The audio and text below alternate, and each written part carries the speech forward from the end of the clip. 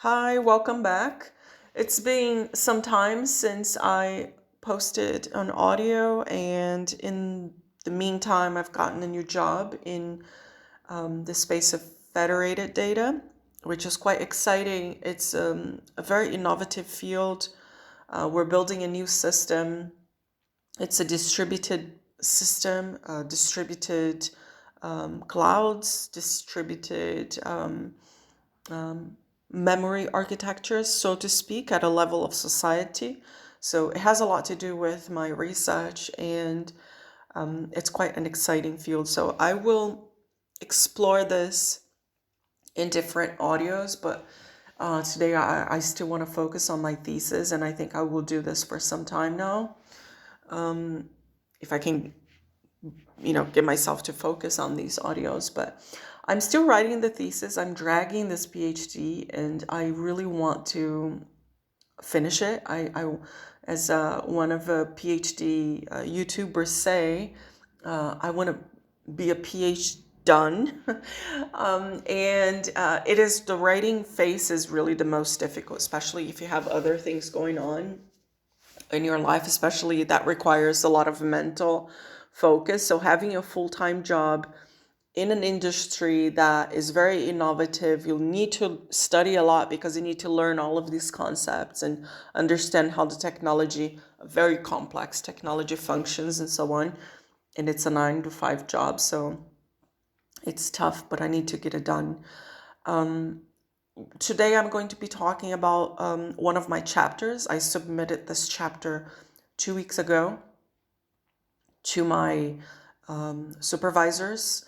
It's a draft. It's still in a draft form. The version that I sent to them had a lot of notes in the middle of the text, notes to myself, so that they understood that when I had certain breaks in the text or some things were missing and so on, I already had revised those facts and I was already aware of them. And the notes addressed what my plans were to fix the gap that was in the middle of the text, or anything that I needed to research further, or new authors that I needed to look into and so forth, or notes that I needed to go back to, because of course I read a lot of this stuff quite a few years ago. So it's tough, but it's in the making. Today, Ontology of Knowledge Production is the title that I'm going to. What is Ontology of Knowledge Production? I think, or just Ontology of Knowledge Production. I don't know exactly what the title is going to be, but it's going to be around this area. The title of my chapter is Ontology of Epistemic Production. Epistemic is this term that's used in reference to epistemology. It's the same thing as anything that has to do with knowledge, cognition, knowing, and the conditions of knowing, what is there to be known, and things like this. So the first part of my chapter, the introduction part of my chapter, pretty much deals with this question. It's trying to frame epistemic production as this new framing epistemic production in contemporary times, because the argument that I'm making in this chapter is that we're going through a shift in epistemic agency. So the agency of knowledge and knowledge production is changing. This is a historical shift. I'm pretty much nowadays, because AI became so popular, it's much more, I think it's much easier for people to acknowledge and recognize that the shift is happening. But of course, sociologists in the discipline have been discussing this for quite a few decades, and this has been a bit of the topic of my research since my master's. Now the fact that AI became so popular makes my idea more accessible to a general public, I'd say. We all know that AI is impacting the way that we produce knowledge. So the writing as a technique is changing. writing as a skill is changing.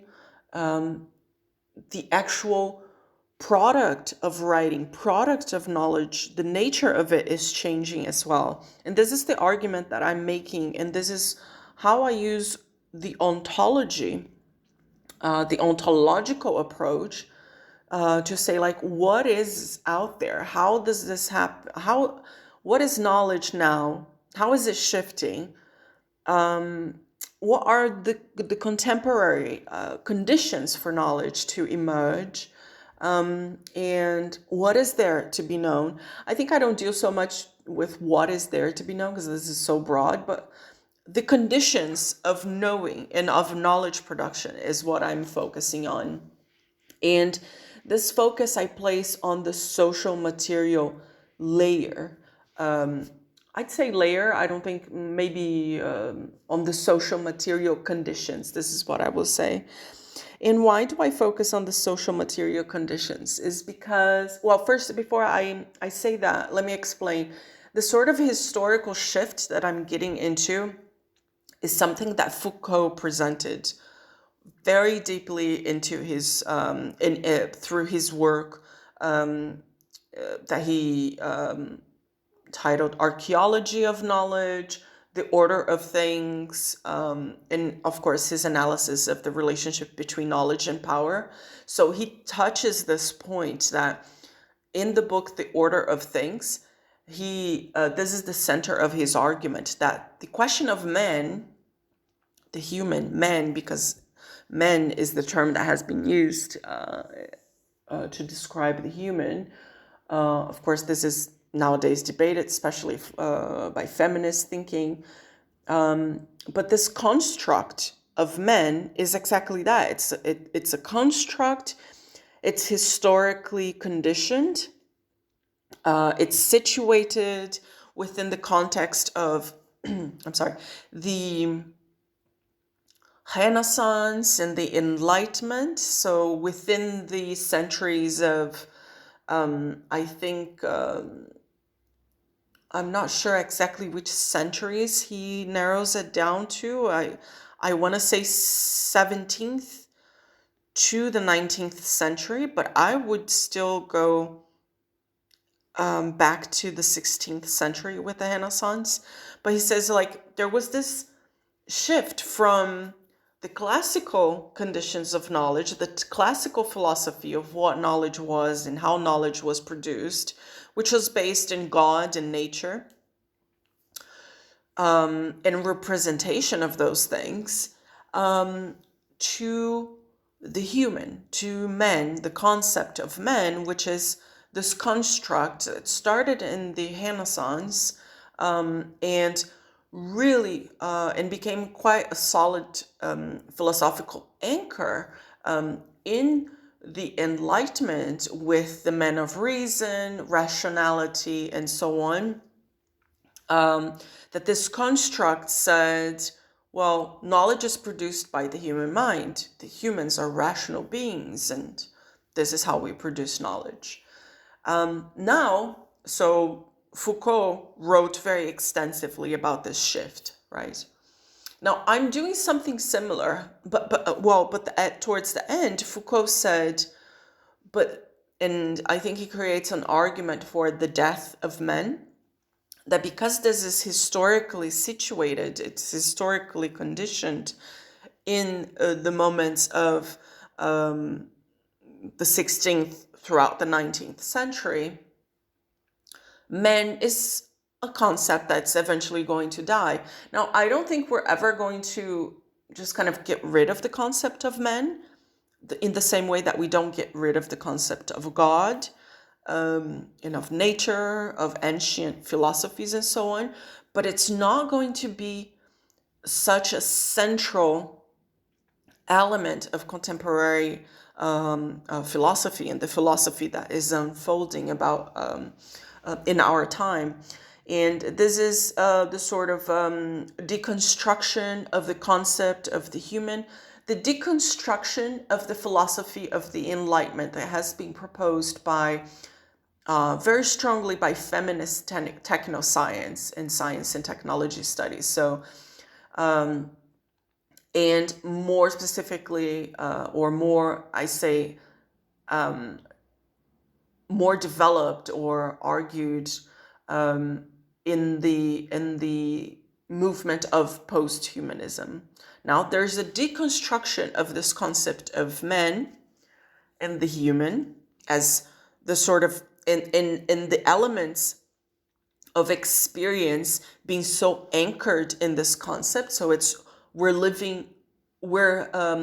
getting away from this anthropocentric view of reality and of experience, and we're now coming towards a post-human ontology, which introduces the problem of or the nature of cognition or experience or knowledge production as this distributed system. Now, I went straight into the core of the argument, right? So before, in classical philosophy, you had God, you had nature and representation, and that was all done through language. That's, Foucault. Then he argued, listen, this now has transitioned to the human. Then it became anthropocentric. Human reason, human as a rational entity that is the source of knowledge. And then now my arguments are, again, this is transitioning. And this transition happens throughout the 20th century. So I mapped this specifically. What I will work with is specifically the philosophy that arose or developed in the 20th century.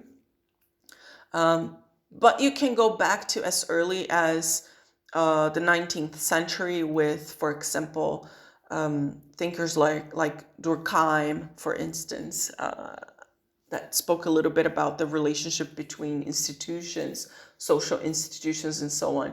I'm not a specialist in Durkheim, so I say these things a bit reluctantly, and these are definitely limitations in my work, but it's like, it can drive you insane because every little piece of information that you can trace to your argument, eventually somebody's gonna expect that you know everything about it. Now, can you just imagine the amount of reading, the amount of time that needs to be dedicated to something like this? This is just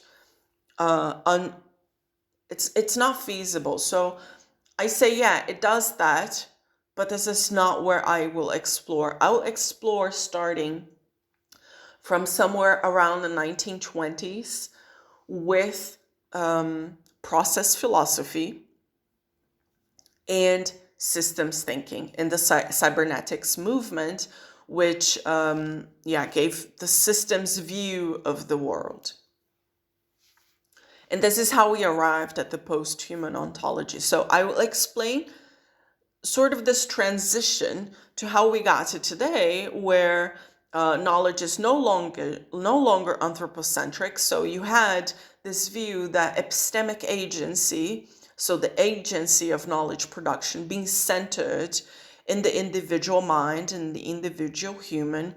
And throughout the 20th century, the philosophies that developed, specifically systems thinking, in process philosophy. Process philosophy is sort of the origins of systems thinking in the 20th century, or at least this thing that kind of imposed it, gave it impulse. And Wisdom of the Body, which is a publication of 1932, is really the sort of like core publication, intellectual work that will really spark cybernetics inspiration in Norbert Wiener, because he goes back to this book from Walter Cannon on the wisdom of the body. I have a video about this. It essentially works on this concept of homeostasis, on how a system, an organizational body, interacts with its environment in a way that it stabilizes its internal function. Now, this is really a systems language, the language of systems theory. Norbert Wiener was highly inspired by that to develop his thoughts on cybernetics.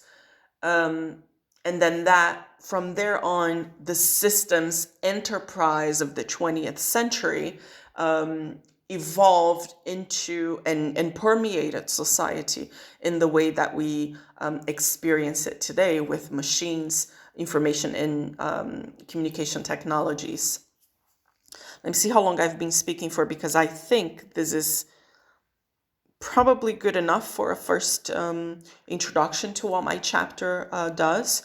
So this is the entire, I think I explored the entire chapter, not the details of it, because I will get into posthumanism, the posthuman ontology, specifically with the concept of the notions of the posthuman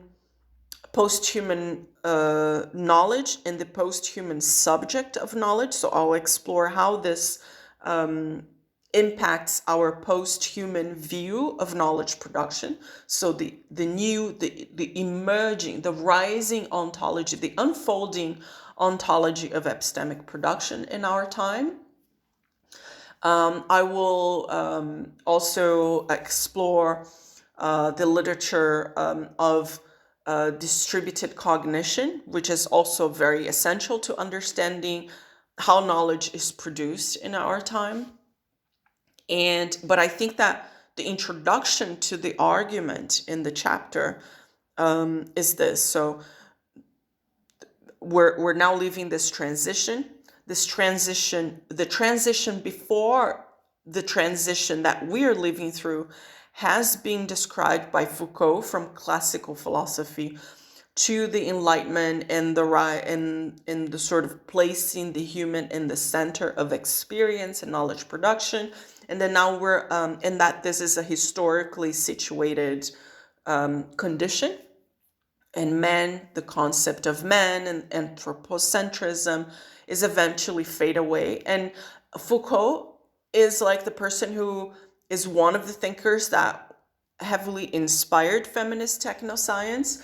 And that is going to, of course, push the philosophy of the 20th century towards the deconstruction of this concept of anthropocentrism and then other things, hierarchies, dualisms, and so on. I think this is good enough, right? It's a lot. It's very dense. My thesis is very dense, so it's very difficult to explain, or even when I try to talk about it, I get lost because it's so conceptually dense. I'm thinking, because I've been working with it, so it does get a bit overwhelming at times. But at times, of course, speaking with my supervisors, I've had the feedback that this is too much, you need to narrow down, you're talking about too many things at once. And I don't know if anybody here is going to be familiar with this expression, the medium is the message. But it was, I think, said by McLuhan, and he is the sort of central figure in media studies. I'm not someone who uses these terms, media studies, or he's not like a central literature in my work, but it has a lot to do because he's saying he wrote a book that explains how the new media of the 20th century, so television, radio, and then computers and so on. But he wrote this so early on, I think it was in the 60s, that he didn't really focus on digital technologies, but he introduced this idea of how it extends the men. It's an extension of men. And in his book, his editor said, listen, you have about he wrote this after the first edition of the book in one of, I think, the prefaces. And he explains this story, this conversation that he had with his editor. His editor said, listen, your book has 75% of new material. And for a book to be successful, the average is usually 10% of new material. And then McLuhan, guys, I'm so horrible at memorizing like authors' names and books years and things like this. I hope I get this all right, but I've always said in my recordings, be very critical about the things that I say. Fact check everything. And this is just an advice for, you know, anybody looking at anything on the internet, or anything at all. So McLuhan responded to his editor that it is a risk that's worth taking and very necessary because of the kinds of change that are being introduced in society and the urgent need to understand them. You do have to risk. And anyway, so his book became this sort of like anchor in the 20th century of how media technologies, communication and information technologies, this includes television, radio, and so on, is an element of the extension of man. I think I'm going to close here. My thesis is very conceptually dense, but because of the urgent need to understand the sort of shifts and transformations that we're going through, I think it's worth exploring. I cannot do this on my own. This is the core of my thesis. Knowledge is no longer of the individual human. Knowledge, my argument is now becoming this. Knowledge is produced by the social, it emerges from the lower level interactions of the entire social technical apparatus. That's food for thought. I'm going to leave you here with this. And I really enjoyed making this audio today. I hope you enjoyed to listen to it as well. I've had very good comments in the past, few years that I've been doing this very sporadically. So thank you everyone who has commented. It's very motivating. And yeah, thank you. I will try to get another audio soon with more discipline if I don't want to be promising things. But yeah, it's there. It's always there. Thank you so much. See you next time. Not see you. Speak to you next time. Bye.